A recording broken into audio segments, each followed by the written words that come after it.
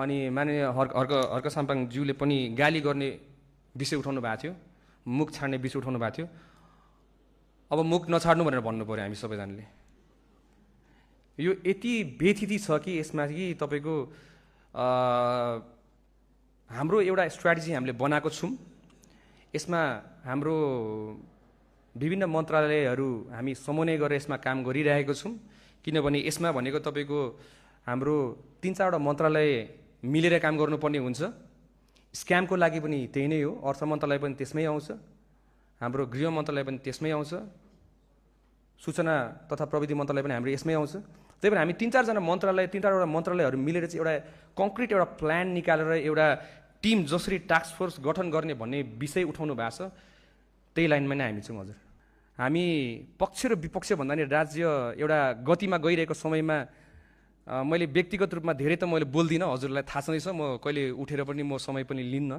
तर मेरो एउटा यो रगतले बनेको सरकार र सदनलाई रेस्पेक्ट गरेर चाहिँ माननीयज्यूहरूले अलिक थोरै धैर्य धारण गरेर हामीलाई सपोर्ट गरेर एउटा डुङ्गामा चढेर एउटा नयाँ नेपालको सपना देख्नुहुनेछ, म धेरै धेरै आग्रह गर्न चाहन्छु।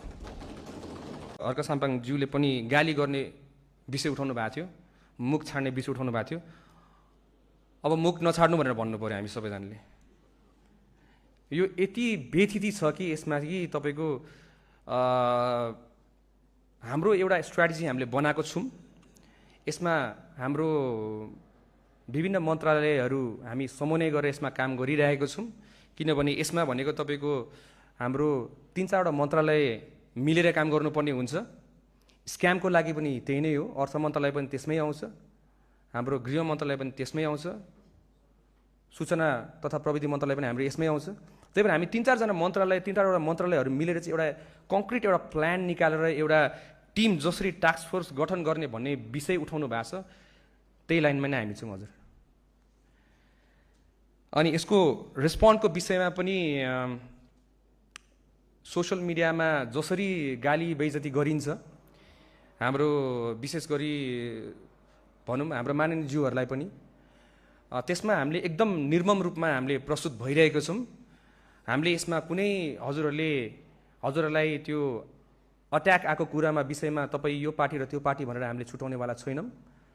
हाम्रै माननीयज्यूहरूलाई यस्तो हुन्छ भने नागरिकलाई कस्तो हुन्छ भने हामीले त्यो विषयलाई सिरियसली लिएका छौँ र हामी यसमा एकदम निर्मम रूपमा हामी प्रस्तुत हुनेवाला छौँ। हस्, धन्यवाद। नयाँ सवारी साधनको विषय पनि हाम्रो मान्छेले उठाउनु भएको छ। यो विषयमा पनि हामीले